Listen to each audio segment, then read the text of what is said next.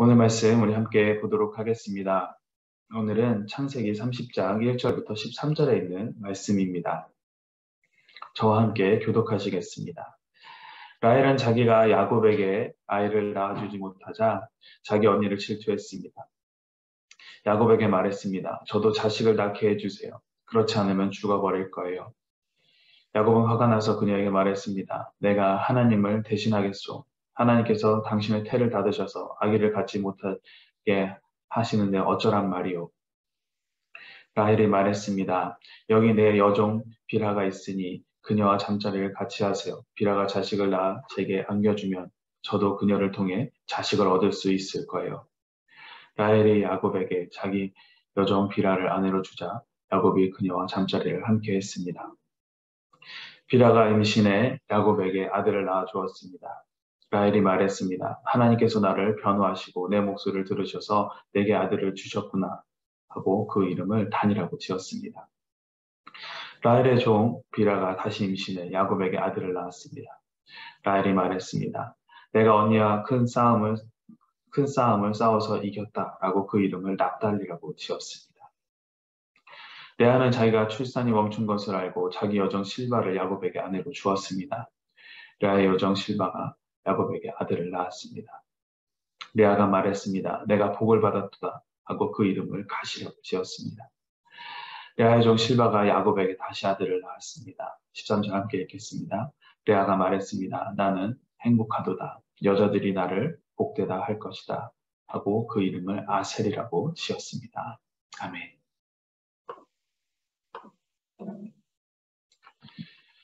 주님께서 주신 말씀을 깨닫는 지혜가 여러분에게 임하기를 소원합니다. 오늘 말씀은 레아와 라헬이 자신의 여종을 통해 출산 경쟁을 벌이는 내용을 담고 있습니다. 이들의 출산 경쟁을 보면은 두 사람의 시기와 질투에서 시작되었습니다. 하지만 하나님께서는 이러한 인간의 부족하고 연약함까지도 주님의 섭리를 통해서 주님의 뜻을 이루시는데 사용을 하시죠. 오늘 말씀 초반에 우리는 라헬과 야곱의 연약한 모습을 볼 수가 있습니다. 1절 말씀 함께 읽겠습니다. 라헬은 자기가 야곱에게 아이를 낳지 못하자 자기 언니를 질투했습니다. 그녀가 야곱에게 말했습니다. 저도 자식을 낳게 해주세요. 그렇지 않으면 죽어버릴 거예요. 지금 라헬은 자신이 아이를 낳지 못하자 마음에 자신이 갖고 있는 질투를 강하게 표현을 합니다. 자신은 자녀를 한 명도 낳지 못했는데 언니 레아는 자녀를, 그것도 아들을 4명이나 출산을 합니다. 이에 이 모든 것이 이런 상황을 너무나도 자신이 불쾌하다라고 생각하고 있는 것을, 그리고 질투하고 있는 것을 강하게 표현을 하죠. 가문을 잇기 위한 자식이 자신을 통해서가 아니라 언니를 통해서 이어질 것에 대한 걱정, 즉 자식을 낳는 경쟁에 실패함으로 인하여서 야곱으로부터 자신이 사랑에 밀려날 것을 걱정을 합니다. 또한 그 언약의 후손의 어머니가 되는 특권을 상실할까봐 그런 절박한 상황과 함께 자녀가 없으면은 차후에 자신의 모습이 어떻게 될지를 걱정하는 이유에서 이런 격한 감정을 표현하고 있는 것이죠. 그렇기 때문에 지금 이런 상황을 놓고 보면은 라헬이 이렇게 격하게 질투를 하면서 표현하는 것이 이해가 됩니다. 하지만 어떻습니까? 라헬은 하나님을 믿는 자였고 알고 있었습니다. 약속의 자녀의 부모가 되는 것을 기대를 하던 자였어요. 하나님을 알고 있고 약속을 기대하는 상황이라면 어떻을까요? 그런 자라면 상황으로 인한 그 당혹함과 슬픔을 먼저 생각하면서 그 자신의 감정을 표현하기에 앞서서 하나님께 먼저 나아가는 것이 우선적으로 해야 될 일입니다. 하나님의 약속하심이 있다면, 하나님의 역사하심이 있다면 그 어떤 것도 문제가 되지 않기 때문이죠. 인간의 눈을 뜨는 것, 그리고 숨을 쉬는 것, 그리고 걸음을 걷는 것, 삶을 주관하시는 분이 하나님이기 때문에 먼저 하나님께 나아가는 것이 우선으로 해야 될 일입니다. 그렇기 때문에 어떻습니까? 라헬은 감정 표출 이전에 먼저 하나님 앞에 조용히 나와 하나님께 무릎을 꿇는 것이 우선적으로 보여야 할 모습입니다. 바른 모습이죠. 하지만 지금 라헬의 모습은 어떻습니까? 그렇지 못했어요. 닥친 상황과 문제를 먼저 봅니다. 하나님을 보지 못했어요. 하나님을 의지하지 못하는 모습을 우리는 봅니다. 전능하신 하나님을 의지하지 못하고 인간적인 생각에 질투와 조급함이 앞서 가득한 라헬이 이야기를 합니다. 1절에서 나도 자식을 낳게 해달라고 그렇게 이야기를 하자 야곱이 대답을 합니다. 2절 말씀 함께 읽겠습니다. 야곱은 화가 나서 그녀에게 말했습니다. 내가 하나님을 대신하겠소. 하나님께서 당신의 태를 닫으셔서 아기를 갖지 못하게 하시는데 어쩌란 말이오. 새 생명을 잉태하게 하는 것은 인간의 능력으로 결정이 되지 않죠. 생사를 주관하시는 것은 하나님께서 결정하시는 것입니다. 하지만 지금 라헬은 인간의 능력 이상의 것을 이삭에게 요구를 합니다. 라헬의 이러한 무리한 요구에 야곱이 라헬의 감정을 가라앉히면서 그러면서 이해시키려고 노력하는 과정 중에 내가 하나님을 대신하겠소 라고 이야기를 했다라면 그 2절 말씀이 주관자 되시고 능력자 되시는 하나님만이 이 모든 것이 가능합니다. 그러니 우리 하나님께 간절히 구해봅시다로 아마 뜻이 전달되는 아주 멋진 장면이 나왔을 것입니다. 하지만 야곱은 지금 이야기합니다. 내가 하나님을 대신하겠소의 이 말은 질투로 격해진 라헬에게 자신도 뭐라고 합니까? 화를 내면서 이 얘기를 이야기합니다. 화를 내면서. 그러면서 화를 내면서 이어서 뭐라고 이야기하냐면 하나님께서 닫으셨는데 어쩌란 말이오? 라고 이야기하죠. 하나님만이 생명을 주관하시는 분이시며 그분을 통해서만 자녀가 주어진다는 그런 믿음의 발언이 아닙니다. 야곱의 이 말은 따질 거 있으면 나한테 하지 말고 하나님께 따져라 라는 거예요. 왜 나한테 화를 내니? 라는 것이죠. 이 모든 문제는 내가 아니라 하나님께 있다라고 하면서 책임을 다 하나님께 회피하고 있습니다. 하나님께 책임을 다 전가시키는 거죠.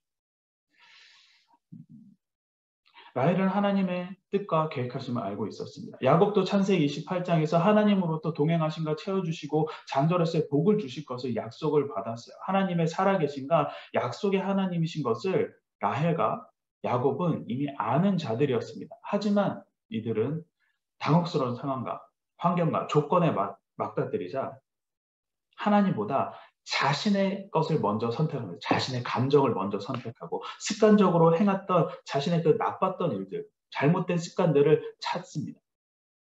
그러면서 하나님을 핑계거리로 택하죠. 당시 야곱의 믿음이 성숙하였다면 그는 아내와 더불어서 하나님께 나와서 기도를 했을 것입니다. 아내의 불임 때문에 하나님 앞에 간절히 기도했던 그 이삭, 아빠의 모습을 떠올렸다. 충분히 그럴 수 있죠. 아브라함이 하갈로 인해서 겪었던 그런 아픔을, 가족사를 알고 있습니다.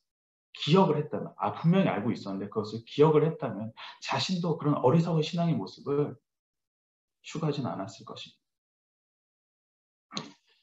라헬과 야곱의 연약한 부분은 하나님을 부분적으로 신뢰했기 때문에 나오는 연약함입니다. 그래서 편안하고 여유로울 때는 하나님을 이름을 거론하면서 하나님을 찾는 신앙이지만 그러다가 조금만 어렵고 생각하지 못한 일이 눈앞에 펼쳐지면은 하나님보다 더 많은 부분을 차지하고 있는 것을 통해서 자신의 것을 먼저 찾는 거예요. 순간적인 상황을 모면하던 예전에 그 거짓된 잘못된 신앙으로 인해서 핑계거리를 찾습니다. 라헬과 야곱의 오늘 이런 모습을 보면서 하나님을 향한 나의 마음이 부분적으로만 신뢰하고 있는 연약한 믿음인지 성숙하지 못한 신앙을 갖고 있지는 않은지 우리들의 모습을 한번 돌아보는 시간을 가졌으면 좋겠습니다. 3절 말씀 우리 함께 읽도록 하겠습니다. 라헬이 말했습니다. 여기 내 여종 비라가 있으니 그녀와 잠자리를 같이 하세요. 비라가 자식을 제게 안겨주면 저도 그녀를 통해 자식을 얻을 수 있을 거예요. 자신은 자녀를 낳을 수 없음을 알고 라헬이 지금 자신의 종인 비라를 야곱에게 첩으로 보냅니다. 그래서 비라를 통해서 아들을 둘을 낳는데 억울함을 풀어줬다라는 의미의 단과 그리고 언니와의 그 싸움에서 경쟁했다라는 의미의 납달리를 낳습니다. 이런 그 라헬의 모습을 보고 레아의 반응은 어떤가요? 9절 말씀 함께 읽도록 하겠습니다. 레아는 자기의 출산이 멈춘 것을 알고 자기 여종 실바를 야곱에게 아내로 주었습니다. 이미 레아는 자신을 통해서 아들 4명이나 낳았어요. 라헬보다 먼저 낳은 그 아들을 4명이나 낳은 레아인데 라헬이 몸종 비라를 통해서 2명의 아들을 낳는 것을 보고 자신도 어떻습니까? 똑같이 몸종 실바를 통해서 각각 아세를 낳습니다. 이런 그 레아의 모습을 하나님이 보시고 뭐라고 하실까요? 기뻐하실까요? 아마 생각하지도 않아도 참으로 하나님께서 이런 모습을 한탄하시면서 슬퍼하시면서 보고 계실 것이라는 답이 나옵니다. 레아와 라헬, 이 둘이 수십 년을 한 가족으로 살았습니다. 자매로 살았어요. 그런데 결혼하면서 왜 이렇게 서로 헐뜯고 짓누르려고 하고 있는 것일까요? 그 원인이 무엇일까요? 외모적으로 인정을 받지 못한 레아가 그동안 참았던 것이 터져 나왔을 수도 있고, 라헬이 자신의 자리를 놓칠까봐 걱정이 되었을 수도 있습니다. 인정받지 못할까봐 자신. 하지만 무엇보다 이 모든 것의 궁극적인 원인이 되는 것은 1절에서 이야기한 것처럼 질투 때문입니다. 아들을 낳지 못한 라헬이 아들을 낳은 레아를 보고 질투를 하죠. 레아도 마찬가지로 여종을 통해서 아들을 낳은 라헬을 보고 자신이 예전처럼 인정을 받지 못할까봐 라헬을 또 질투를 합니다. 레아가 29장에서 4번째 아들 유다를 낳고 이야기합니다. 하나님을 찬양하겠다라는 그 고백을 유다를 통해서 하는데 그래서 모든 것을 다 툴툴 털어버린 것 같아 보입니다.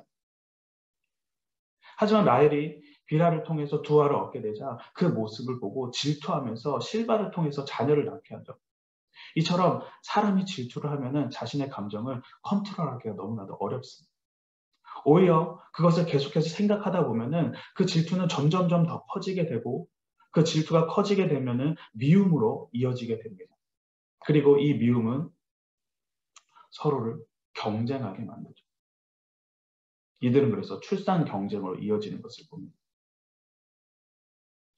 경쟁을 통해서 서로 간에 배움이 있다면 그래서 성장하게 되면은 너무나도 좋겠지만 질투와 미움으로 시작된 경쟁은 서로를 그렇게 성장하는 구도가 아니라 서로 짓밟으려고 하는 경쟁으로 이어집니다.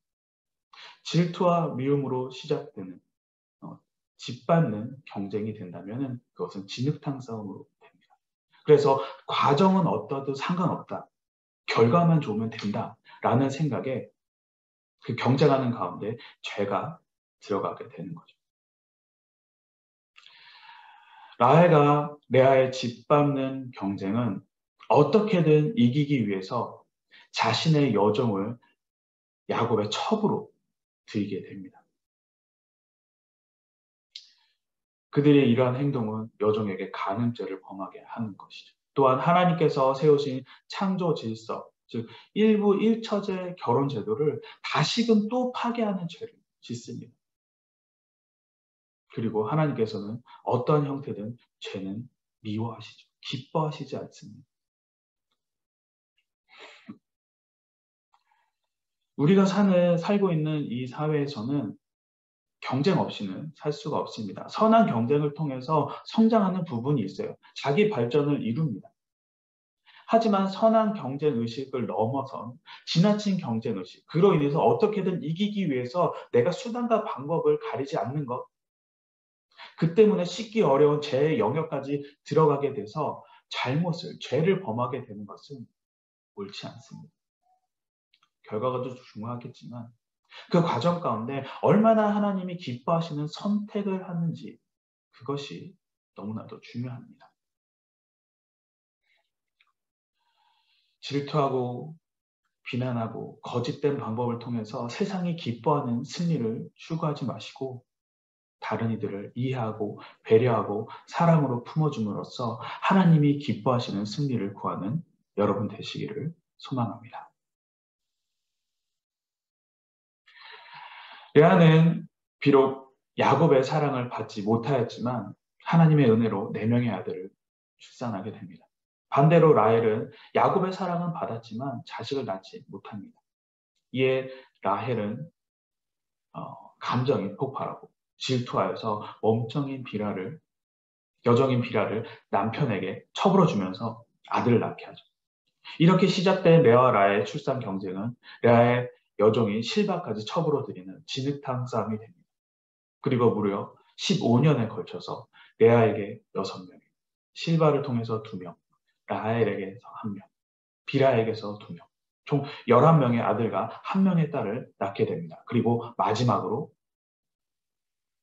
베냐민까지 포함해서 12명의 아들이 이 가문에 태어나게 됩니다. 그리고 이 12명의 아들은 이스라엘 12지파가 되는 기둥이 형성이 됩니다. 이를 통해서 아브라함과 이삭과 야곱을 통해서 말씀하신 하나님의 약속의 성취가 이루어집니다.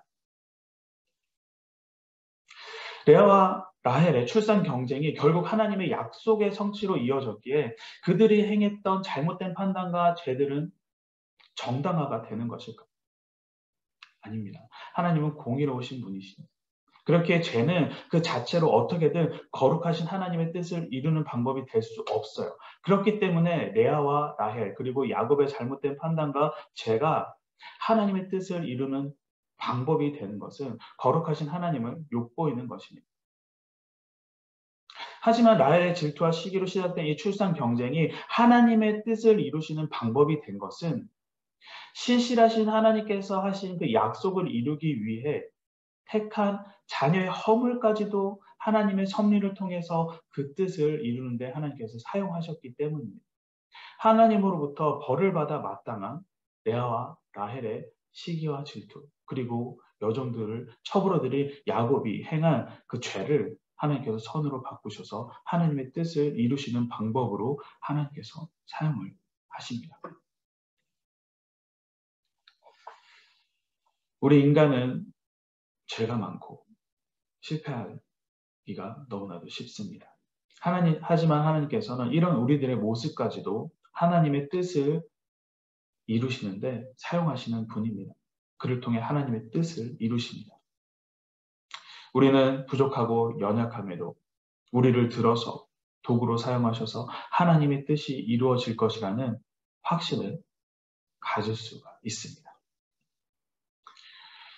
하나님의 뜻대로 부르심을 입은 자로 모든 것을 합력하여 선을 이루시는 하나님을 오늘도 신뢰하며 사랑하는 여러분 되시기를 소망합니다.